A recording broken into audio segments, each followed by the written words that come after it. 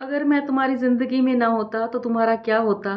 क्या आपको भी कभी किसी ने ये बात कही है? तो आज का मेरा टॉपिक यही है, आप सबने सुन के समझ लिया होगा कि आज की मेरी मोटिवेशनल स्टोरी है, उसका टॉपिक यही है कि कई बार पति पत्नी को बोलता है कि अगर मैं तुम्हारी ज़िंदगी में ना आता तो तुम्हारा क्या होता? कई बार बच्चे कमाने लायक हो जाते हैं तो माँ-बाप को बोलते हैं कि अगर हम ना कमाते तो आपका क्या होता?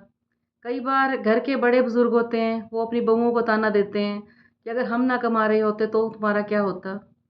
तो ये कहना बिल्कुल गलत बात होता है, क्योंकि भगवान ने जिसको धरती पे उतारा है वो अपना भाग्य खुद ही लिख के आया है, क्योंकि परमात्मा ने सबका भाग्य लिख रखा है। कोई किसी का दिया हुआ नहीं खाता। कहते हैं कि चींटी से लेके हाथी तक भगवान ने सबकी व्यवस्था कर रखी है। चींटी को कर्ण और हाथी को मण देने की व्यवस्था परमात्मा ने कर रखी है। तो किसी को भी कभी अहंकार नहीं आना चाहिए कि कोई भी हमारी वजह से खा रहा है, हमारी वजह से कोई चल रहा है। कई बार क्या होता है, घर में कोई बीमार हो जाता है और घर की बड़ी जो बुजुर्ग होती हैं मंदिर में जाती हैं, गुरुद्वारे में जाती हैं, तो वो आकर क्या कहती हैं कि मेरी वजह से तुम बच गई, नहीं तो तुम्हारा क्या होता। कई बार पति बहुत ताने देता है पत्नी को कि अगर मैं तुम्हें इतना ना कमा के देता तो क्या तुम ये ऐश ले सकती। कई बार पत्नियां कमाने वाली होती हैं तो वो अपने पति को ताना देती हैं कि अगर मैं ना कमाती तो तुम्हारे परिवार का क्या होता। तो किसी को भी कभी अहंकार नहीं करना चाहिए। इसी पे आपको मैं कहानी भी सुनाऊंगी, और कहानी क्या है, ये तो सच्ची बात ही है। कहते हैं जब बजरंगबली लंका में गए थे सीता माता का पता करने के लिए, तो उनके मन में भी एक बार घमंड आ गया था। लेकिन जो आज का इंसान है वो रियलाइज़ नहीं करता कभी भी कि हमने ये बात क्यों की, क्यों घमंड आ गया।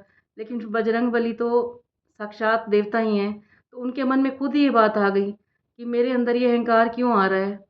अगर मेरे अंदर ये ना होती, ये है तो सारी परमात्मा की देन है, राम जी की भक्ति की देन है। तो वहाँ पे मैं अकेला जना क्या करता, मेरे को वहाँ पे जाते ही राक्षसों की नगरी में विभीषण जैसे देवता मिले, जिनकी वजह से मेरे को इतनी हेल्प मिली। क्योंकि जैसे ही वो गए थे उनको विभीषण के रूम से ही आवाज़ आई थी राम राम की ध्वनि की, और फिर वो विभीषण के पास गए थे। फिर उन्होंने दूसरी बात रियलाइज़ की कि जब वो जा रहे थे सीता मैया के पास अशोक वाटिका में, तो वहाँ पे मंदोदरी आ जाती है। तो राक्षसों की नगरी में देवता मिलना बहुत मुश्किल काम है। संत जैसे लोग परमात्मा क्यों मिलाता है, हमारी ज़िंदगी में वो क्यों आते हैं। तो बजरंगबली सारी बातों को रियलाइज़ करने लगे कि मंदोदरी चाहती तो कुछ भी कर सकती थी, लेकिन उसने रावण को बहुत समझाया कि तुम सीता के ऊपर इतने अत्याचार ना करो। तो सीता भी मुझे संत स्वरूप मिली, विभीषण भी मुझे संत स्वरूप मिले। और फिर तीसरी बात उनको याद आई त्रिजटा की, कि अभी तो कोई बात हुई नहीं थी लंका को चलाने की, लेकिन त्रिजटा ने जाके कहा कि मुझे एक सपना आया है कि एक बंदर आया है, उसने सारी लंका को आग लगा दी है। तो कई बार क्या होता है कि जो दिल का सच्चा इंसान होता है, परमात्मा आगे से आगे उसको कोई ना कोई मिलन करवा ही देता है। तो कोई भी हमारी ज़िंदगी में आता है, कोई अच्छा इंसान आता है, तो ये सोचो कि वो हमारी किस्मत से आया है। हर इंसान अपनी किस्मत का लेके आता है, कोई किसी का दिया हुआ नहीं खाता। भगवान ने सबकी व्यवस्था उसके आने से पहले कर रखी होती है, क्योंकि अभी हमारी ज़िंदगी में कोई आता नहीं है, लेकिन परमात्मा ने सब कुछ पहले ही निर्धारित कर रखा होता है कि हमारी लाइफ में क्या होगा और क्या आगे होने वाला है और क्या हो रहा है। ये उसने सारा ही लिख रखा है। जैसे एक फ़िल्म का क्रिएटर होता है, वो पहले सब कुछ लिख देता है और बाद में वो फ़िल्म रिलीज़ होती है, लेकिन उनको सब कुछ पता होता है कि अब क्या-क्या होने वाला है, अब कौन-सा सीन आएगा। लेकिन जो हम देखने वाले होते हैं, हमें नहीं इस बात का पता होता। ऐसे ही जो परमात्मा ने फ़िल्म बना रखी है, वो रिलीज़ होते ही सारे अपना-अपना किरदार निभाते हैं, लेकिन उसको सारा ऊपर पता होता है बैठे हुए कि कौन क्या कर रहा है, अब क्या होने वाला है। और यहाँ पे हम एक-दूसरे के ऊपर अभिमान कर लेते हैं कि ये मेरी वज़ह से खा रहे हैं। ऐसे ही कई बार क्या होता है कि माँ-बाप बहुत गरीब होते हैं, उनके पास खाने को रोटी नहीं होती, लेकिन उनके पास जैसी पहली औलाद आती है, उनके घर में खूब पैसा आ जाता है। अब माँ-बाप ये घमंड तो नहीं करते? कई बार माँ-बाप ये कहते हैं कि ये बच्चा जैसे ही हमारी लाइफ़ में आया, हमारे बाग खुल गए। ऐसे ही कई बार क्या होता है, लड़के होते हैं जो अपना सेटल होते हैं, तो उनकी थोड़ी तनख्वाह होती है और जैसे ही उनकी सगाई हो जाती है, उनका एकदम प्रमोशन हो जाता है। जो भी मेरा व्लॉग देख रहे हो, उनके साथ भी ऐसा इंसिडेंट ज़रूर होया होगा। तो जो परमात्मा बैठा है, उसने सबकी व्यवस्था कर रखी है, किसको उसने क्या देना है, कभी अपने ऊपर घमंड ना करें, क्योंकि परमात्मा किसी का भी अहंकार तोड़ने में 1 मिनट भी नहीं लगाता। तो कभी किसी को अहंकार नहीं करना चाहिए कि सब कुछ मेरी वजह से चल रहा है। वो परमात्मा सबको चलाने वाला है, उसके बिना तो एक पत्ता भी नहीं हिल सकता और हम साँस भी नहीं ले सकते।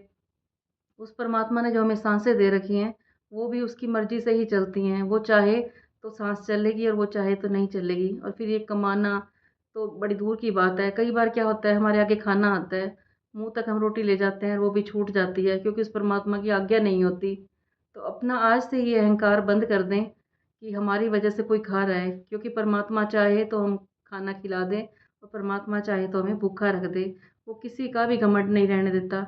रावण को बहुत घमंड था कि मेरे पास सोने की लंका है, लेकिन सोने की लंका नहीं बची, उसके वहाँ पे कुछ भी नहीं बचा। और बचा तो सिर्फ एक विभीषण, जिसने परमात्मा का नाम लिया था, क्योंकि जिसके यहाँ पे भक्ति होएगी उसके पास सब कुछ होगा, जिसका मन साफ होगा। तो इसी पे ये भी कहते हैं कि निर्मल मंजन सो सो मोहि पावा, मोहि कपट छल छिद्र न भावा। क्योंकि भगवान को छल कपट तो बिल्कुल भाते ही नहीं है। उसको भोलेनाथ किस वजह से कहते हैं, क्योंकि वो हमेशा भोले लोगों का ही साथ देता है। तो विभीषण के मन में भक्ति थी, तो उसका कल्याण कर दिया भगवान ने और उसको राज्य भी दे दिया। और भगवान ने अपना कोई नाम नहीं किया। कोई राम जी ने सोने की लंका अपने लिए तो नहीं जीती थी, जीती तो उन्होंने रावण से सीता को लेने के लिए की थी, युद्ध किया था, लेकिन उन्होंने विभीषण को दे दिया था। तो कभी भी अहंकार ना करें अपने ऊपर। कई बार क्या होता है, एक ही परिवार में सब बड़े आराम से रह रहे होते हैं, और जैसे उस परिवार में एक जना जाता है तो लोग ये सोचते हैं कि इनके जाने के बाद सब कुछ खत्म हो जाएगा, लेकिन कुछ भी खत्म नहीं होता, क्योंकि वो बैठा हुआ है। कई बार एक व्यक्ति के जाने के बाद और भी ज़िंदगी अच्छी हो जाती है। तो ये परमात्मा ने लिख रखा है किसके आने से क्या होने वाला है। किसी के कदम इतने अच्छे होते हैं और किसी के कदम ऐसे होते हैं। कई बार लोग इस बात का भी ताना देते हैं, तुम्हारे आने से हमारे घर में ये हो गया। तो किसी के आने जाने से कुछ भी नहीं होता। वो परमात्मा है, उसकी मर्जी के बिना तो एक पत्ता भी नहीं हिलता। अब कोरोना टाइम में याद करो सब, कई क्या हुआ था कि कईयों की जॉब भी चली गई थी, और तब सब लोगों ने ये सोचा था कि सब कुछ खत्म हो गया। लेकिन हुआ क्या, थोड़े दिन बाद फिर वही की वही ज़िंदगी चलने लग गई। किसी को कोई फ़र्क ही नहीं पड़ा, और वैसे की वैसे ही लोग काम करने लग गए। बल्कि कईयों का रोज़गार पहले से भी अच्छा हो गया। लोगों ने तो ये सोचा था कि हमारा रोज़गार बिल्कुल ठप हो गया। तो वो परमात्मा बैठा हुआ है, कोरोना आए जो मर्जी आए, उसने सबको जितना देना है उसने देना ही है। कई बार क्या होता है कि एक परिवार सब मिलके मेहनत कर रहे होते हैं और फिर भी उस घर में गुजारा नहीं होता। कई बार ये होता है कि कोई भी काम नहीं कर रहा होता, फिर भी लोग ऐश करते हैं, वो सब कुछ होता है उनके पास। तो ये सब परमात्मा की कृपा है। कभी अपने ऊपर घमंड ना करें, अहंकार ना करें कि ये सब मेरे वजह से हुआ। जहाँ पे मैं आ गई तो परमात्मा को मैं तो बिल्कुल पसंद ही नहीं है। मैं तो आपने कहना ही नहीं है। जब भी आपके पास कुछ हो तो ये कहना उस परमात्मा की ही देन है, क्योंकि जहाँ पे हम मैं कर लेते हैं तो भगवान वहीं पे हमारा घमंड तोड़ देता है। और घमंड तो उसने किसी का भी रहने नहीं दिया। रावण का भी एग्जाम्पल दे दिया मैंने आपको, और दुर्योधन का तो मैं हर वीडियो में देती हूँ।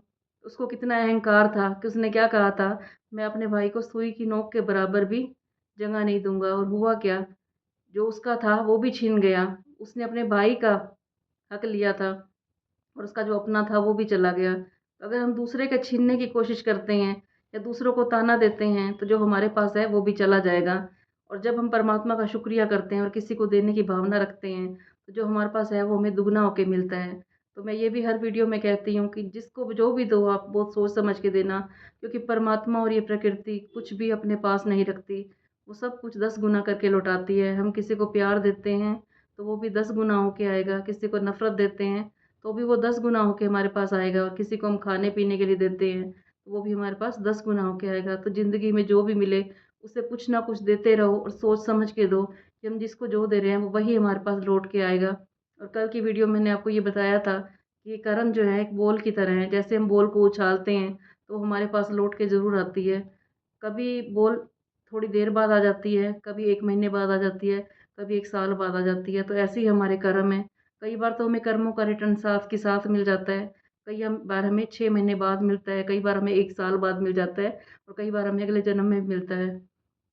तो आज का मेरा टॉपिक यही था कि कभी अपने ऊपर अहंकार ना करें, कभी किसी को ताना ना मारें, कभी अपने बच्चों को ताना ना दें कि मेरी वजह से तुम लोग खा रहे हो। कई बार क्या होता है कि बच्चों की जॉब नहीं लगती और शादीशुदा बच्चे ऐसे ही बैठे होते हैं, तो उनके माँ बाप उनको ताना मारते हैं कि अगर हम ना काम कर रहे होते तो तुम्हारा क्या होता। ऐसा कुछ भी नहीं होता। पता नहीं कब तुम्हारा काम खत्म हो जाए और उनका चल जाए। तो पर अपने ऊपर कभी अहंकार ना करें। परमात्मा बैठा हुआ है, वो सब की व्यवस्था उसने कर रखी है। हाथी को मण और चींटी को कर्ण देने की व्यवस्था उसने कर रखी है। अगर उसने धरती पे उतारा है तो उसी को चिंता होनी चाहिए, हमें खुद चिंता करने की ज़रूरत ही नहीं है। कई बार ये होता है कि हम सारा दिन मेहनत करते हैं और हमारे हाथ में कुछ भी नहीं लगता, और कई बार हम दूर बैठे होते हैं और फिर परमात्मा हमारी चिंता कर रहा होता है। तो कहते हैं, चिंता करने के बजाय चिंतन करो, प्रभु का चिंतन करो, क्योंकि चिंता करने से तो क्या होता है, चिंता तो चिता समान होती है, और चिंतन करेंगे तो वो बैठा है हमारा परमात्मा, हमारे काम ऐसे चलाएगा कि आप देखते रह जाओगे। बस अपना दिल साफ रखो, कभी घमंड ना करो, किसी को अहंकार ना आने दो कभी भी अपने ऊपर, क्योंकि अहंकार तोड़ने में परमात्मा 1 मिनट भी नहीं लगाता। तो आज की वीडियो को मैं यहीं पे एंड करती हूँ, और बताना आपको मेरी वीडियो कैसी लग रही है। अच्छी लग रही हो तो इसे लाइक कर देना, कमेंट कर देना, और आके शेयर भी कर देना, और जिसने अभी तक मेरे चैनल को सब्सक्राइब ना किया हो वो सब्सक्राइब भी कर देना।